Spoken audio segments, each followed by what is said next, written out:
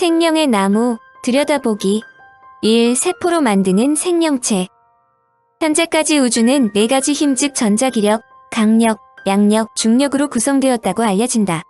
이인들이 빅뱅 이후 138억 광년을 통해 현 우주를 지배하고 있는데 학자들의 영혼은 이들을 하나의 이론으로 묶는 것이다. 한마디로 간단한 수식으로 이를 표현하자는 것이다. 소위 대통일 이론인데 아직 만인이 공감하고 지지하는 대통일 이론은 태어나지 않았다. 이래로 아인슈타인이 에너지는 질량이 변화한다며 그야말로 간단한 식으로 제시했다. 바로 이는 mc 제곱 것이다. 질량의 광속의 제곱을 곱한 것만큼 에너지가 나온다는 뜻인데 이렇게 간단한 식으로 우주의 에너지를 설명했으므로 환호한 것이다. 그러한 천하의 아인슈타인도 통일장 이론을 만들지 못했다. 그것은 중력 때문이다. 지구인들이 살면서 중력을 가장 많이 접하고 있다. 30층 아파트에서 떨어지면 살지 못한다는 이유가 중력 때문이라는 것을 모르는 사람은 없을 것이다. 비행기에서 문을 열고 뛰어내리면 지상으로 떨어지지 상공으로 올라가지 않는 것도 중력 때문이다. 그런데 학자들이 대통일이론을 완성시키지 못하는 것은 아직 중력을 대통일이론 속에 삽입하지 못하기 때문이다. 중력의 힘이 다른 3가지 힘에 비해 너무 작기 때문이다. 지구에서 어느 곳에서나 중력이 작용하지만 우주에서는 작용하지 않는다. 그 이유를 경험으로 볼 때 학자들이 분명히 알지만 그것은 어디까지나 경험치이지 이론으로는 아직 설명되지 않았다는 뜻이다. 그렇다면 처음 박테리아와 같은 생명체가 태어난 이후 어떻게 현재와 같은 생명들의 천지가 되었느냐를 하나의 계통도로 보여주자는 것이다. 다윈이 그린 생명의 나무이다. 이것이 간단하다고 생각하는 사람은 없을 것이다. 지구에는 박테리아를 비롯하여 수많은 동식물 생명체들이 있는데 이를 간략하게 설명할 수 있는 그림이어야 하기 때문이다. 이 문제는 타임머신을 타고 생명이 태어날 때부터 살펴보면 가능한 일이다. 그런데 타임머신은 아직 등장하지 않았으므로 이에 기대할 수는 없는 일이다. 그럼에도 불구하고 학자들은 현재까지의 과학 지식을 총동원하여 지구에서 생명체가 태어난 이후부터 현재와 같은 생명체가 태어날 수 있었던 과정을 생명의 나무에 그리는데 공을 들이고 있다. 생명의 기원을 연구하는 학자들은 지구에서 일단 생명체가 태어난 이후 몇 가지 중요한 4단계를 거쳐 궁극적으로 현재의 인간이라는 동물이 태어날 수 있었다고 설명한다. 이들 각 단계의 세부사항과 상대적 중요성, 정확한 순서는 아직까지 격렬한 논쟁의 대상이지만 중요 단계는 다음과 같은 시나리오를 거쳐야 한다고 설명한다. 1. 유기물의 합성. 1952년 스탠리 밀러의 연구에 세계가 경악한 것은 단 며칠 사이에 유명한 지구의 스프에 의해 부색에서 분홍색, 붉은색을 거쳐 갈색의 스프로 변했다는 점이다. 이는 다양한 유기분자들이 간단한 구성물질로부터 쉽게 생겨날 수 있음을 보여주었다. 간단한 유기물의 출처가 지구이든 외계이든 이들 화학물질이야말로 초기 지구의 필연적인 구성요소로 볼 수 있다. 특히 질소를 포함한 아미노산 분자는 생물의 필수적인 모든 단백질을 이루는 구성물질이다. 단백질은 생물체를 이루는 중요한 구성성분이며 세포의 화학 반응을 촉매하는 효소로 작용한다. 수백 종류의 아미노산이 합성될 수 있지만 오직 20종만 실제로 각 생물에서 단백질을 만든다. 이런 선택성은 지구상의 모든 생물체가 공통된 조상세포의 진화로 출발했음을 암시한다. 2. 중합체 합성. 단백질, 셀룰로스, DNA 등 많은 중합체가 생물의 필수적인 구조물을 제공하는데 이는 단량체가 중합체로 변환되었다는 것을 의미한다. 단량체란 서로 연결되어 중합체라는 긴 사슬 구조를 이루는 기본 단위다. 밀러를 포함한 수많은 학자들의 실험에서 작은 유기분자는 쉽게 형성된다. 문제는 이 경우 매우 낮은 농도일 경우에 한한다. 그러나 작은 분자들이 상호작용하려면 그 용액이 훨씬 더 농축되어 두 분자가 서로 충돌할 기회를 가져야 한다. 이는 생물의 필수적인 복잡한 거대 분자들이 고농도의 단량체로 세심하게 고안된 환경에서도 저절로 생겨나지 않는다는 점이다. 이는 이들 거대 분자들이 매우 불안정하기 때문이다.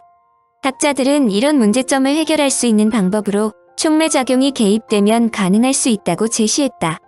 촉매작용에서 매개분자는 두 단량체가 하나의 중합체로 쉽게 결합할 수 있도록 해주며 이때 매개분자 자신은 변하지 않는다. 여기에 중합반응의 속도가 몇 차수 증가하면 분해 속도를 능가할 수 있다.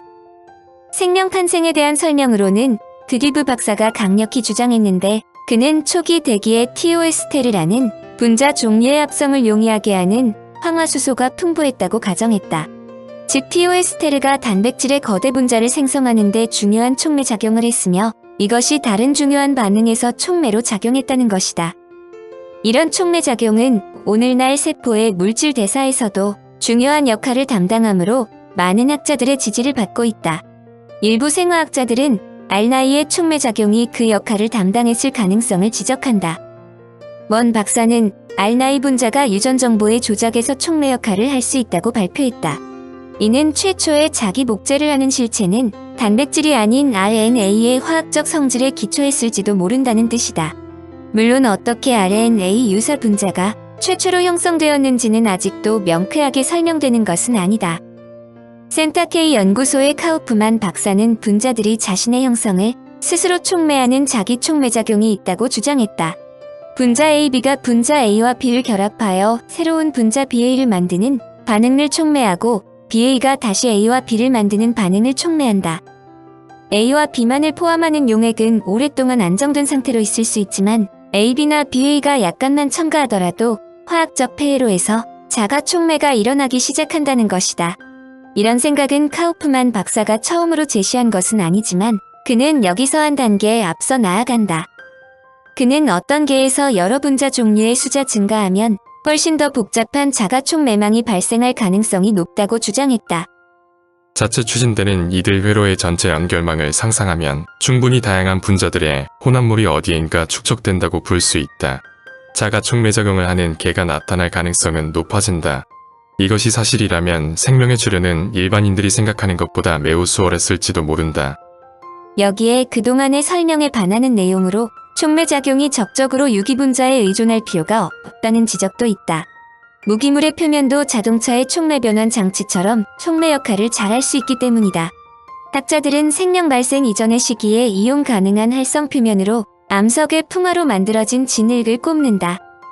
진흙은 느슨하게 층을 이룬 물질로 그 속에서 강하게 결합된 원자층이 종이처럼 쌓여있다. 특히 오늘날 토양과 해양 퇴적물에 있는 진흙의 이용 가능한 표면은 모두 언제나 유기물로 뒤덮여 있다. 근래 학자들은 생명은 간단한 유기분자, 열에너지 진흙 표면 등에 적합한 환경을 모두 제공하는 심해의 뜨거운 열 분화구에서 탄생했을 것으로 추정한다. 물론 이에 대해 누구도 확신할 수 없으므로 아직 완벽한 정설은 도출되지 않았지만 많은 학자들이 이에 도전하고 있음은 물론이다. 3. 세포막. 세포는 모두 같은 종류의 바깥막 즉 친수성인 인산염이 마치 필통 속에 가지런히 놓인 연필처럼 표면을 이루고 있는 기다란 인지질 분자들의 이중막을 지니고 있다. 충분한 농도로 존재한다면 이들 분자가 모여 세포의 안과 밖을 구분짓는 세포막과 유사한 구조를 이룰 수 있다. 세포막은 모든 생물체의 필수적인 구성 요소이다. 모로비츠 박사는 무생물로부터 생물로의 불연속 전이를 나타내는 것은 이중막이 닫혀서 소낭을 형성한 것이라고 말했다. 이런 둘러싸기에는 두 가지 설이 제기된다. 모로비츠 박사는 둘러싸기가 생물 발생 이전의 과정에서 상당히 초기에 일어났다고 추정한다. 막으로 둘러싸여 격리된 환경이 다른 화학 반응들이 진행될 수 있는 안전한 실험실을 제공했다는 것이다. 이에 반해 드디브 박사는 막의 형성을 자기 복제 RNA의 형성에 뒤따르는 마지막 단계로 본다. 다행히도 이들 어느 쪽도 아직 확정적이지는 못하다. 그러나 세포막이 간단한 분자의 발생 이후 최초의 세포의 발생 이전의 어느 시점에선가 형성되어 있어야 한다는 데는 모두 동의한다. 그러나 생명 기원과 관련된 논쟁에서 아직 의견 일치를 보이는 것은 아니다.